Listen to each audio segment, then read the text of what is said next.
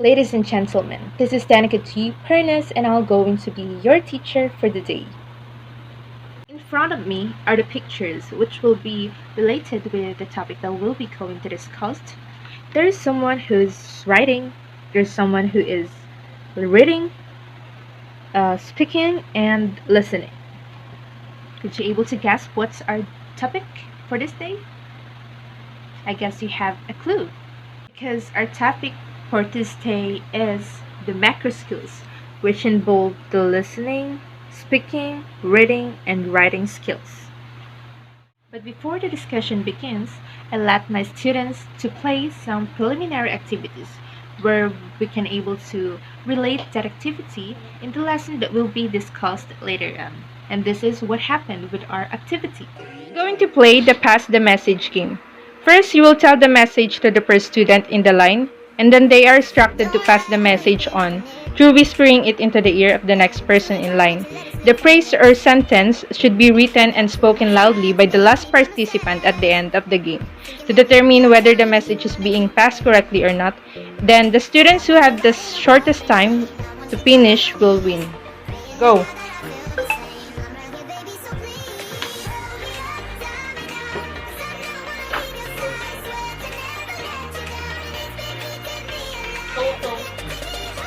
Tama ba yaman? Yung SO, space SO. Ano na?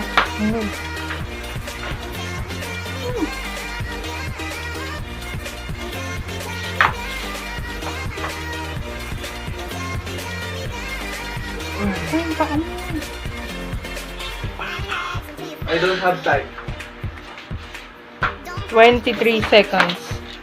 Pa! Your foot!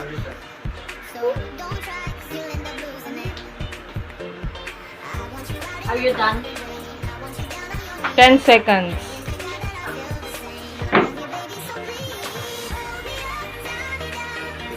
Come on. 2, 1.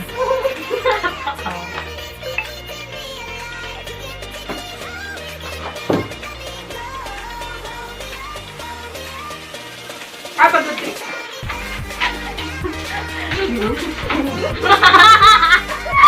Sige na! Ano? No, lumabog yun. Oh, yan dahil niya! Inabahan ko nga kila ate ko.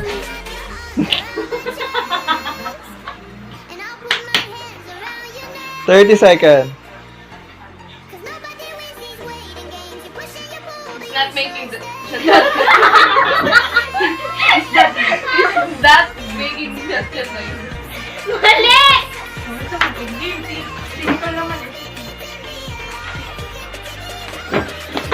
Ten, I'm sorry. 5, 4, 3, 2, 1. You're able to see in that certain activity that the four macro skills are present, where in fact, during the passing of the message, the speaking and listening skills are being utilized. On the other hand, when the players are answering what they heard and read it together, that's when reading and writing involve. I have here some illustration which we could able you to delve deeper with what's really the meaning of macro skills, what it's all about, and what's the importance of it. So here is the input. Input involves or includes the listening and reading. Listening and speaking are considered as input mainly because they are both involved in the process of receiving of informations. Thus, they are also being called as receptive skills. On the other hand, speaking and writing are what we consider as the output. Why?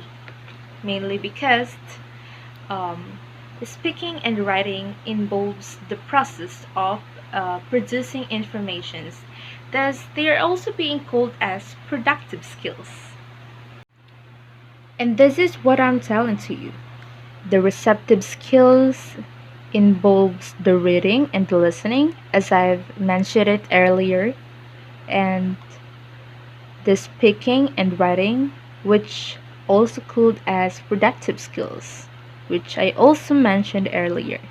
So in oral speaking, we should need to consider, or we should need to be aware of our listening and speaking skills, because this will tend to have or cause misinterpretations once you didn't deliver the message well.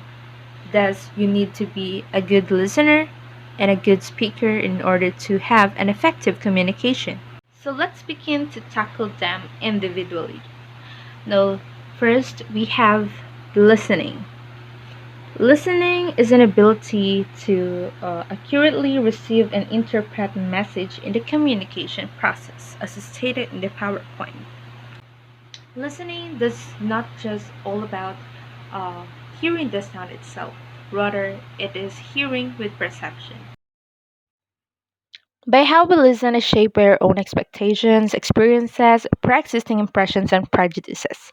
All of these things can alter our perception and detract from what the speaker is actually saying or trying to say. To this end, we need to practice a type of mindfulness when listening with perception. Listening can be classified into three modes of listening, or three common modes of listening, which include the competitive listening, the passive listening, and active listening. Competitive listening are only focusing or giving much emphasis on delivering their point of view on a topic rather than actually paying attention to others' point of view. Also, in this case, the listening is focused only with the aspects that can lead to an attack, so that a competitive listener aims to dominate the conversation. Next, we have passive listening. It is listening without reacting or allowing someone to speak without interrupting. Passive listening is a one way communication where the receiver doesn't provide feedback or ask questions. Let's proceed with active listening. It is a technique of careful listening and observation of nonverbal cues with feedback in the form of accurate paraphrasing that is used in counseling, training, and solving disputes or conflicts. Let's proceed now with the second macro skill, which is the speaking. Speaking can be either formal or informal. When you're utilizing formal and informal words, sometimes it may vary through the context of the situation. Say, for instance, we are considering the time and the place um, in a communication. You should able to use, or you should able to know when would you speak, what to speak, how to speak, and where to speak. This is necessary in speaking. Why? Because there are some times that we tend to ignore the context of the communication, thus resulting towards an ineffective communication. Context is necessary towards the speaking. Context clues matter because it pushes you to know your limitation. It pushes you to know what would you going to speak, when did you when did you speak. It is the right time to speak now, or it is the right time to use formal words or informal words, and how will you going to speak it, how will you going to deliver the message, if it is true formal or informal. Are you going to use the formal words in that certain person, or informal for casually interact with that person? And the last one is, how are you going to deliver the message you want to send? And last possible question for the context is, how should you able to deliver the message in that certain situation, in that certain people, in that certain time, and in that certain places. Thus, context in speaking is very important. Thus, we should always be mindful with that. Through speaking, we can able to express our emotions, our feelings, our interests, our ideas, opinions, perspective, perception, and etc. For now, let's proceed with the literacy skills, which includes the reading and writing. Starting with this presentation, reading comprehension involves decoding symbols with the intention of deriving meaning from the text. This can be used for sharing knowledge, for self development, or simply for relaxation. Reading is third of the four macro skills, where in fact reading is essential towards learning development and vocabulary enhancement. Through reading, we get able to grasp the ideas and information that could contribute to the knowledge we have. The more you read, the more you learn new things. Although it may sound cliche, but it's a reality of life that no one can escape nor no one can deny that reading is very important. Reading is life changing because you can able to discover a lot of things in this world that you didn't discover yet. Let's proceed now with the writing. Writing is the process of using symbols to communicate thoughts and ideas in a readable form. Writing allows for a more meaningful and in-depth transmission of ideas compared to speaking. Just like speaking, writing is also a process of expressing one's thoughts, feelings, emotions, ideas, perspectives, life views, and etc., but through a written form. In this text-saturated world, we could distinguish a written form of any kind of documents or whatsoever that involves written electronically. Writing is not totally about uh, your penmanship. Writing could also be done through typing the word into laptop, cell phone, and other materials. Since we live now in the 21st century, where the technology are being a part of our lives, thus writing could also be expressed through typing of the words in certain gadgets or any kind of electronic materials. Just like speaking, writing also expresses your thoughts, your feelings, your emotions, your perspective, perceptions, ideas, opinions, and etc. But the difference between the two is that in speaking, you utter the words, while in writing, with the word itself writing, you write the words. Writing involves a writing process. This includes the pre-writing, drafting, revising, proofreading, and publishing. Let's go through the first one, which is the pre-writing. In this stage, you plan what you're going to write. You choose your topic. You identify your audience and purpose. Brainstorm ideas and organize your information. And the next one is drafting. In this stage, you start with a working thesis and then write your ideas in sentences and paragraphs. You follow your pre writing plan to create a first draft of your essay. Next, we have revising. In this stage, it involves making changes that will improve your writing.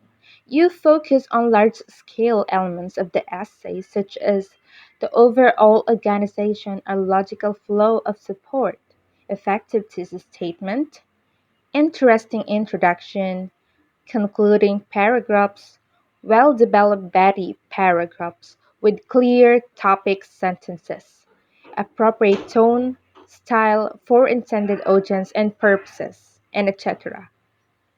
In proofreading, it is the stage of your essay where you polish your essay. You focus on smaller scale yet important essay elements such as clarity in sentence, structure, appropriate word choice, correct spelling and grammar, and also accurate document format. And let's go through the final stage of the writing, which is the publishing. In this final stage, you choose a way on how to present your work to an audience. Often, this is indicated by your instructor, but it's still up to you on how to make your presentation more presentable. The four macro skills are interrelated with each other, since the way we deliver and the way we perceive the message always affect the meaning and interpretation of it. In order for us to be an effective communicator, For the application part, I let my students play a Pinoy Henyo sort of a game where the questions consist of uh, the lessons of the macro skills. And this is what happened. Skills. Skills. No. Mode. No. Process. Process. No. Ba't mga skills? Macro skills. No. No, wala. No. Mode. Yes. Mode. Mode of listening. Mode of listening. Yes. Ano? Competitive. Competitive. Yes, yes, yes. Competitive. Yes.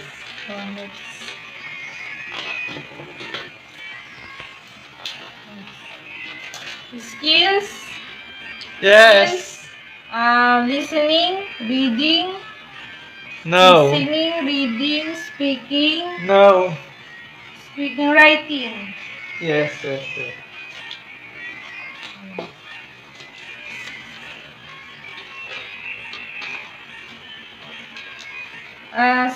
Skills, Yes.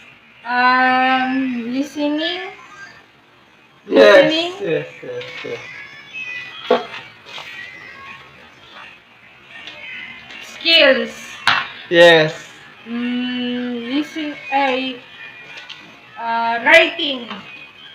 writing, reading, No, no. speaking, Hmm. skills, mode, skills, Yes. reading, writing, speaking, listening.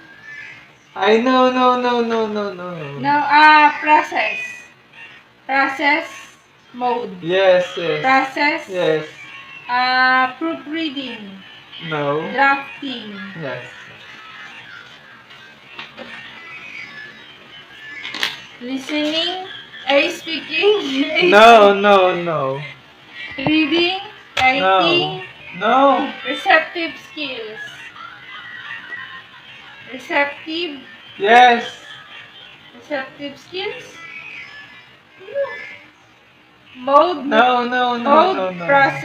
process, No. mode, Yes. passing, No. acting, No. competitive. No. Paano kung process? No, no, no,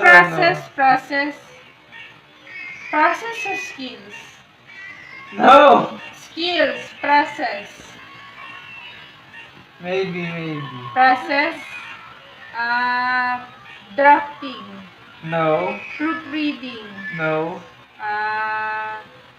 proofreading, drafting, revising, No. competitive. No. Tapos na. Ba't ganun? Ano yun? Ayusin. Revising. Sabi ko revising nga. So I already prepared an assessment here. And for your assignment, you should find a partner with any of your classmates. Interview each other regarding with their strengths and weaknesses about the 4 macro skills. Make a Venn diagram and cite the similarities and differences of your strengths and weaknesses in the following: listening, speaking, reading, and writing. So that's it. Thank you for listening. I hope you guys learned a lot of things from me. Again, this is Tanika G. Furnace, your teacher for the day.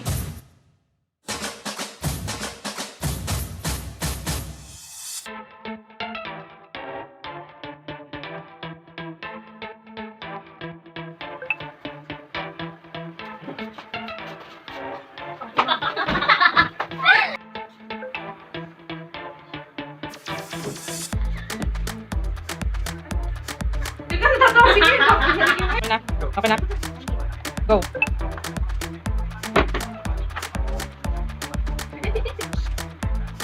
49 seconds.